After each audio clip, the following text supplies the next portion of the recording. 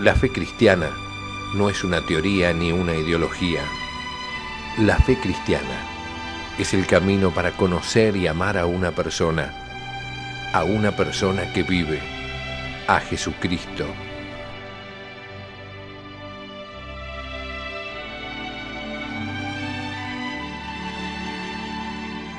La fe cristiana, un curso del Instituto de Formación Teológica por Internet que quiere ayudarte a crecer en el amor a Jesús, nuestro Señor.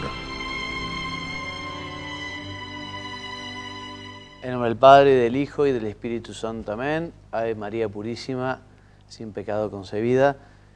Queridos amigos, estamos en este programa, La Fe Cristiana, y desde la semana pasada comenzamos a tratar lo que podemos llamar la teología moral. Si ustedes la semana pasada escucharon nuestro programa, les decía que habíamos terminado con la teología dogmática, esto es, los artículos del credo, fundamentalmente.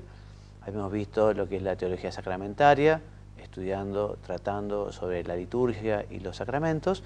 Y ahora comenzamos la teología moral, que la teología moral es la parte de la teología que estudia el acto humano, los actos de los hombres, y desde una perspectiva muy particular, si este acto es bueno o malo, si este acto nos acerca a Dios o nos aleja de Dios, si este acto nos ayuda a ir al cielo o no.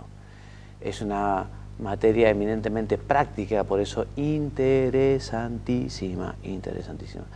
Y de alguna manera el resumen, digamos, de la teología moral, el resumen del comportamiento humano está en lo que es los 10 mandamientos, ¿no? Y las enseñanzas del Señor. En el programa pasado comenzamos con el número 29, que hablamos de la libertad, y con eso comenzamos, y comenzamos a hablar de la ley. Hablamos de la ley moral natural. Ustedes recordarán que esa ley moral natural es ese regalo de Dios por el que el hombre sabe qué es lo que está bien y qué es lo que está mal. Es esa brújula, esa orientación que el Señor tiene, que el hombre tiene para hacer el bien y evitar el mal. En primer lugar, digamos, hablamos antes de la ley eterna, que es la sabiduría de Dios en el gobierno de la creación. Dios va gobernando y va haciendo que cada, digamos, elemento de la creación obre según su característica peculiar, ¿no? Una cosa es el hombre, que tiene inteligencia y voluntad y libertad, otra cosa son los animales, que tienen su instinto, otra cosa son las plantas o las piedras, las rocas, en fin, etc., ¿no? Por eso Dios provee a los hombres de manera diversa respecto a los demás seres que no son personas, no desde fuera, mediante leyes inmutables de naturaleza, sino desde dentro. Y así esta ley natural es la misma ley eterna, íncita en los seres dotados de razón, que lo inclina al acto y al fin que les conviene. Bueno, esto estábamos viendo la semana pasada, y decíamos también que la ley natural se caracteriza por ser universal para todos los hombres, de todos los tiempos, es inmutable, permanente. Hay unos preceptos de ley natural que no han cambiado desde el inicio, ¿no? Desde que Caín mató a Abel, digamos, el asesinato sigue siendo algo abominable. Es obligatoria para todos los hombres. También decíamos que todos lo pueden llegar a conocer, pero que las circunstancias o la educación o el ambiente social o cultural puede hacer que se desdibuje, digamos, esa claridad en la orientación y en la búsqueda del bien. Por eso es necesaria la gracia de Dios, ¿no? Y por eso la revelación de Dios también nos ayuda a saber claramente qué es lo que está bien y qué es lo que está mal. Vimos que es la ley divino-positiva, esto es el don que ha dado la orientación o las normas o los preceptos o los mandamientos que le dio Dios a Moisés en primer lugar. Y después tenemos esta ley nueva, o la ley de la gracia, o la ley de Cristo, por la que justamente el hombre está llamado a amar a los demás y a Dios como Cristo nos amó. Ese mandato nuevo que nos dio en la última cena. Os doy un mandato nuevo, que os améis los unos a los otros como yo os he amado. Estamos llamados a amar como Cristo. Estamos llamados a ser Cristo y a amar a los demás como Cristo nos ama a nosotros. Muy bien, y llegamos hasta aquí, hasta lo que son las leyes civiles. El hombre es un zoon politikon, el hombre por naturaleza vive en comunidad y justamente hace falta un orden en toda comunidad de personas que justamente le lleven al hombre a hacer el bien. Después del pecado original, el hombre tiene la capacidad para hacer el mal y por eso también las leyes orientarán al hombre a hacer el bien y a evitar el mal. Por eso decimos, las leyes civiles son las disposiciones normativas emanadas por la autoridad estatal, generalmente por el órgano legislativo del Estado, con la finalidad de promulgar, explicitar o concretar las exigencias de la ley moral natural. Las leyes civiles buscan habitualmente, deberían buscar todas ellas, el bien común general de los ciudadanos. Estas leyes civiles deben garantizar principalmente la paz y la seguridad, la libertad, la justicia, la tutela de los derechos fundamentales de la persona y la moralidad pública. Entre otras cosas, esto es el objetivo de la ley. Esta virtud de la justicia comporta la obligación moral de cumplir las leyes civiles justas. O sea, las leyes están para cumplirse, salvo que sean leyes inicuas, salvo que sean leyes injustas, salvo que esas leyes sean un verdadero atropello. Son injustas, por ejemplo, las leyes que se oponen a la ley moral, al bien común de la sociedad. Más concretamente, acá haciendo como una clasificación de leyes injustas, ¿no? Son injustas aquellas que prohíben hacer algo que para los ciudadanos es moralmente obligatorio o que mandan a hacer algo que no puede hacerse sin cometer una culpa moral. Si efectivamente a un médico le obligaran en un hospital a hacer un aborto, evidentemente eso sería una ley injusta completamente, porque no hay derecho ni a matar a la criatura que tiene todo el derecho a nacer, ni obligar al médico a cometer semejante pecado, semejante inmoralidad. La prohibición de la libertad religiosa, que el hombre pueda manifestarse también exteriormente, siempre que no atente contra el bien común y el orden público, ¿no? El hombre tiene derecho a manifestar su religiosidad.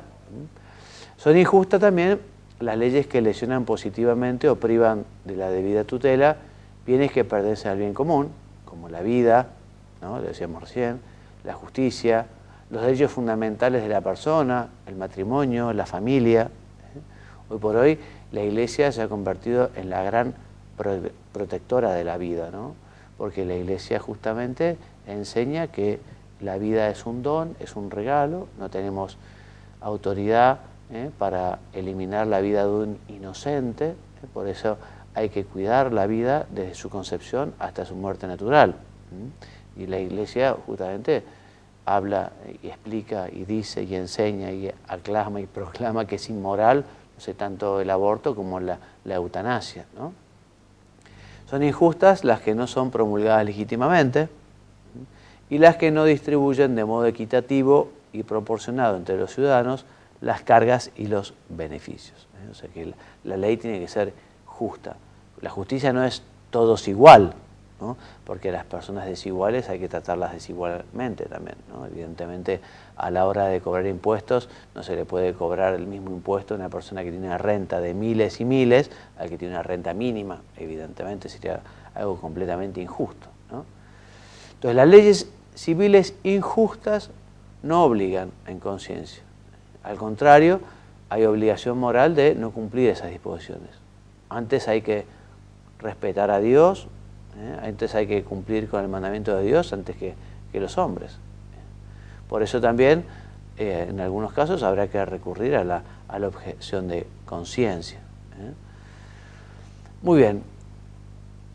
Las leyes civiles, digamos también, pasando de tema, mejor dicho, las leyes eclesiásticas son leyes que no son divinas, en el sentido de no son leyes promulgadas por Dios, como es la ley eterna, la ley natural, la ley divina o positiva, los mandamientos, las enseñanzas de Jesucristo. Esas son leyes divinas, ¿no? Las leyes eclesiásticas son leyes humanas, porque la Iglesia que es un regalo de Jesucristo. Jesucristo quiso que los hombres no se salvaran individualmente, sino formando un pueblo, ¿no? Y este nuevo pueblo de Dios es la Iglesia. La Iglesia ha sido fundada por Cristo, Él es su cabeza en el cielo, ha dejado una cabeza en la tierra que es el Papa, ha dejado unos medios de salvación que justamente ayudan a cumplir esta finalidad del hombre sobre la tierra, sobre todo los sacramentos. Él mismo se ha quedado en la Eucaristía, no se ha dejado la confesión. Bueno, entonces la Iglesia, fundada por Cristo y dotada por Él de todos los medios para cumplir su fin sobrenatural, puede también dar leyes a los que están bajo su tutela, bajo su jurisdicción. Todos los bautizados tienen que cumplir las normas, las leyes, los mandamientos de la Iglesia. Tienen derecho a proclamar leyes a nivel de toda la Iglesia o para toda la Iglesia universal, el romano pontífice. Esto es, el sucesor de Pedro, el obispo de Roma, él puede dar a toda la Iglesia normas, ¿no? Leyes. Y los obispos diocesanos, o sus equivalentes en sus propias jurisdicciones, también, sin oponerse evidentemente a las leyes más importantes. También podemos decir que dentro de las leyes de la Iglesia hay algunas que son más constitucionales, esos serían divinos, ¿no? Las que mismo Jesucristo no quiso. Hay otras leyes que son humanas, por ejemplo, la ley para elegir al romano pontífice, al sucesor de Pedro. Cuando la sede está vacante, bueno, hoy es de una manera y antes fue de otra manera. Hay cosas que pueden cambiar en la Iglesia, evidentemente. El ayuno eucarístico hoy es 1 hora, antes era hasta medianoche del día que uno iba a comulgar. O sea que hay algunas normas que pueden cambiar, hay otras que son inmutables, porque nos ha dejado Jesucristo. La gran mayoría de normas son mutables, evidentemente pueden cambiar, y la gran mayoría de normas están recogidas en lo que se llama el Código de Derecho Canónico, que es una ley y no es la única, hay otras. Pero justamente el Código lo que ha buscado es una sistematización de todas las normas para justamente encontrarlas en un solo sitio y ordenadas.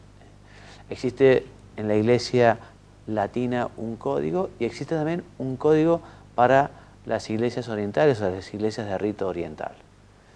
Estas leyes eclesiásticas originan una verdadera obligación moral, que será grave o leve según la gravedad de la materia, evidentemente. Hay 5 mandamientos más generales en la Iglesia que ustedes recordarán. Estos mandamientos más generales, los 5 mandamientos más importantes de la Iglesia son, por un lado, oír misa entera todos los domingos y fiesta de precepto o fiesta de guardar, que aquí en la Argentina son pocos días, 4 nomás, el 8 de diciembre, el 25 de diciembre, el 1 de enero y el 15 de agosto. O sea, 4 días nomás que son días de precepto que hay que ir a misa, además de los domingos. También es un mandamiento de la Iglesia confesar los pecados mortales al menos 1 vez al año y en peligro de muerte si se ha de comulgar. O sea que al menos hay que confesarse 1 vez al año los pecados graves. Y en articulo mortis, o sea, cuando uno ya está por dar el paso a la vida eterna, también uno está obligado a comulgar y a confesarse antes si está en pecado, ¿no? También es un mandamiento de la Iglesia comulgar al menos 1 vez al año por Pascua de Resurrección, ayunar y abstenerse de comer carne los días establecidos por la Iglesia, que ustedes saben que son los días de ayuno son 2 en el año, nada más, que son ayuno y abstinencia, las 2, que son el miércoles de ceniza y Viernes Santo. Ayuno es comer un poco menos, pasar un poco de hambre por amor a Dios, como para dar gracias que uno recibe el pan nuestro de cada día, bueno, un día hace este sacrificio, ¿no? Y la abstinencia es abstinencia de carne, ¿no? Que estamos llamados a vivir todos los viernes. Todos los viernes hay abstinencia de carne. La Conferencia Episcopal Argentina ha establecido que se puede reemplazar esa abstinencia de carne por una obra de caridad, por no tomar bebidas alcohólicas, por rezar alguna oración o hacer alguna obra de caridad, uno puede reemplazarlo. Pero si no, lo vive todos los viernes del año, esta abstinencia de carne. Y también el quinto mandamiento de la Iglesia es ayudar a la Iglesia en sus necesidades. O sea que todos estamos llamados a apoyar esta familia que es la Iglesia, justamente con nuestro aporte. Bueno, la libertad y la ley. Hemos hablado de libertad, ahora libertad y ley. Para algunos pareciera, o predican, enseñan, creen que libertad y ley se oponen, se limitan recíprocamente, como si la libertad empezara donde acaba la ley y viceversa. Y esto no es así, porque justamente la ley, que debe ser justa, nos debe ayudar a ser más libres, ¿no?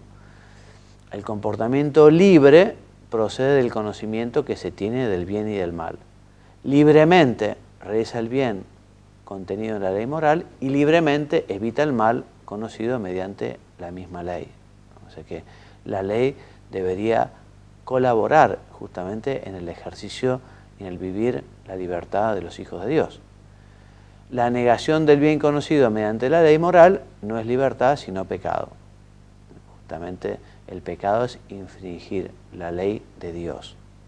Puede ser que una ley humana inicua e injusta autorice algo que va contra la ley de Dios, pero eso no quita que sea pecado, si la persona es consciente de lo que está haciendo. No porque haya una ley humana que la refrende es moralmente bueno. Entonces lo que se opone a la ley moral es el pecado, no la libertad. Evidentemente el pecado esclaviza. La libertad justamente se ve beneficiada cuando uno elige el bien, cuando elige la verdad. La ley ciertamente indica que es necesario corregir los deseos de realizar acciones pecaminosas que una persona puede experimentar. O sea, el hombre justamente por tener esa inclinación al pecado puede desear venganza o violencia o robar, pero esa indicación moral no se opone a la libertad que mira siempre a la afirmación libre por parte de las personas de lo bueno, ni supone tampoco una coacción de la libertad que siempre conserva la triste posibilidad de pecar. O sea que la ley debe ayudar a la libertad.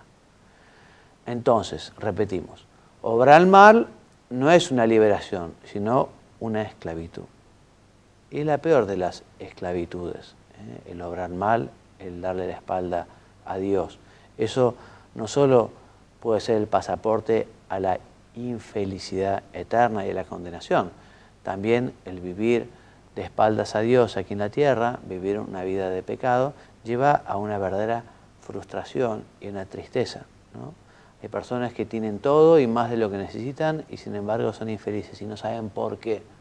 No saben por qué y muchas veces la respuesta es que están llevando una vida justamente contraria a lo que es la propia naturaleza humana. La naturaleza humana ha sido creada para hacer el bien, ha sido creada para la generosidad, para el don, para la entrega, para amar al prójimo, no para el egoísmo, para el individualismo, para el materialismo, para el hedonismo. Entonces el hombre, si se llena de estos vicios, lo que consigue es justamente la tristeza, la soledad, la amargura. Entonces manifestará el obrar mal que se ha comportado conforme a sus preferencias, pero no logrará pronunciar la voz de la verdadera libertad, porque se ha hecho esclavo de aquello por lo que se ha decidido, y se ha decidido por lo peor, por la ausencia de Dios, y donde no está Dios no hay libertad. Entonces, una cuestión distinta es que las leyes y reglamentos humanos, a causa de la generalidad y la concesión de los términos con que se expresan, pueden no ser claros en algunos casos, pueden no ser un fiel indicador de lo que una persona tiene que hacer. Ahora, la persona bien formada, la persona que tiene criterio, sabe qué es lo que tiene que hacer en los casos concretos. O sea, ya lo veremos cuando uno tiene una duda, lo que tiene que hacer es salir de esa duda. pedir consejo a quien se lo puede dar para saber qué es lo bueno y elegir el bien. En ningún caso se pueden realizar acciones intrínsecamente malas o prohibidas por los preceptos negativos de la ley moral. Por ejemplo, el adulterio, el homicidio. O sea, nunca hay una razón para blasfemar, para obrar de esta manera, ¿no? Aunque lo permita la ley, quizá, pero no hay derecho, ni ninguna persona está habilitado y tiene capacidad para hacerlo. Si lo hiciera, estaría ofendiendo a Dios. Les decía que íbamos a hablar de la conciencia. La conciencia, un tema tan importante, ¿no? ¿La conciencia qué es? La conciencia es un juicio de la razón. Un juicio es una afirmación, ¿no? Un juicio que justamente nos determina, nos ayuda a ver si eso es bueno o malo, a ver la cualidad moral del acto. Ahora tengo algunos dibujitos y siempre, bueno, está la conciencia como dice, bueno, esto es lo bueno, esto es lo malo, bueno, y ahí está la libertad del hombre. ¿Qué hago? Elijo el mal porque tiene algo de apetecible, porque me gusta, porque, ¿no? O elijo el bien, aunque sea una privación, aunque me cueste. Ahí está la tentación del hombre, ¿no? Que Dios siempre le ayudará a elegir el bien, pero la tentación está, y la posibilidad de elegir el mal también está. Y la conciencia justamente es la que uno le dice, bueno, si yo elijo esto, elijo el mal. Si yo elijo esto, elijo el bien. Ya veremos cómo estamos llamados a formar la conciencia, ¿no? La conciencia no siempre juzga con verdad, ya lo veremos ahora a continuación. Entonces la conciencia formula la obligación moral a la luz de la ley natural. Es la obligación de hacer lo que el hombre, mediante el acto de su conciencia, conoce como un bien que le he señalado aquí y ahora. La conciencia es la norma próxima de la moralidad. No crea la norma, hay una norma superior, que es justamente la ley de Dios, ¿no? Pero el hombre tiene que conocer esa ley de Dios y, al aplicarla al caso concreto, justamente juzga con su conciencia. El papel de norma próxima pertenece a la conciencia no porque ella sea la norma suprema, sino porque tiene para la persona un carácter último e ineludible. La conciencia puede estar en la verdad o no. Se llama conciencia recta o verdadera la que juzga con verdad la cualidad moral de un acto. Conciencia verdadera. Esto es matar y está mal. Juzgaste bien, porque efectivamente eso es matar y está mal. Es una conciencia recta, una conciencia verdadera. Puede ser una conciencia errónea, cuando no alcanza la verdad, estimando como buena una acción que en realidad es mala, o al revés. Y esto puede ser por ignorancia, y la ignorancia puede ser culpable, cuando es vencible, o sea que uno puede enterarse, averiguar y salir de la ignorancia, o es inculpable cuando es invencible, o sea que el hombre no puede superar esa ignorancia. Como no puede superar esa ignorancia, es inimputable. Esa ignorancia hace que, aunque materialmente haga algo malo, por esa deficiencia de la conciencia, invenciblemente inculpable, entonces no comete un pecado. Bien, la conciencia culpablemente errónea no excusa de pecado y aún puede agravarlo. La conciencia es cierta cuando emite el juicio con seguridad. Es cierto, bueno, yo estoy seguro de esto. Seguro. Puede ser seguro y verdadero, puede ser seguro y falso, digamos, ¿no? Pero hay seguridad. En cambio, puede ser probable cuando uno cree que es lo más conveniente, o puede ser dudosa cuando no sabe bien si es bueno o malo. Entonces, hay que salir de la duda, no se puede obrar con conciencia dudosa. Hay que conseguir salir de la duda, preguntando, averiguando, leyendo, estudiando, y después obrar.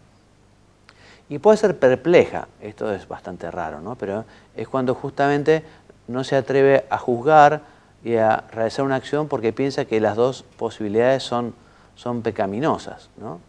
En fin. En la práctica se debe seguir solo la conciencia cierta y verdadera o la conciencia cierta invenciblemente errónea. No se puede obrar con conciencia dudosa, sino que es preciso salir de la duda rezando, estudiando, preguntando.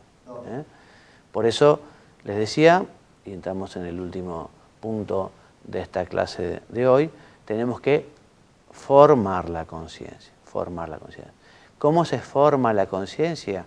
Y recibiendo una formación, una enseñanza, esa enseñanza que recibimos de nuestros padres, que desde chicos nos dicen, está mal tirarle el pelo a tu hermana, está mal sacarle la comida, está mal ser egoísta, está mal no compartir. Bueno, entonces al niño lo empiezan a formar desde que es chico, ¿no? Y en el colegio también lo empiezan a formar, y en la catequesis, y comienza a tener criterio para saber qué es lo que está bien y qué está mal. Y esta formación comienza desde el inicio y no termina nunca, porque también el empresario, el político, todos tienen que formar su conciencia para poder tomar decisiones correctas, para poder tomar decisiones buenas, para poder elegir el bien. Las acciones moralmente negativas realizadas con ignorancia invencible son nocivas para quien las comete y quizá también para otros, y en todo caso pueden contribuir a un mayor oscurecimiento de la conciencia. De ahí la imperiosa necesidad de formar la conciencia, dice el número 1783 del Catecismo. Para formar una conciencia recta es necesario instruir la inteligencia en el conocimiento de la verdad, para lo cual el cristiano cuenta con la ayuda del magisterio, o sea, las enseñanzas de la Iglesia, y educar la voluntad y la afectividad durante la práctica de las virtudes. Es una tarea, decíamos, que dura toda la vida. Muy bien, y hasta aquí entonces nuestra clase de hoy. Gracias por habernos acompañado. Vieron que se está poniendo interesante todo este tema. La semana que viene seguimos, si Dios quiere. Me despido enviándoles la bendición. Que Dios los bendiga y los haga muy santos. Amén.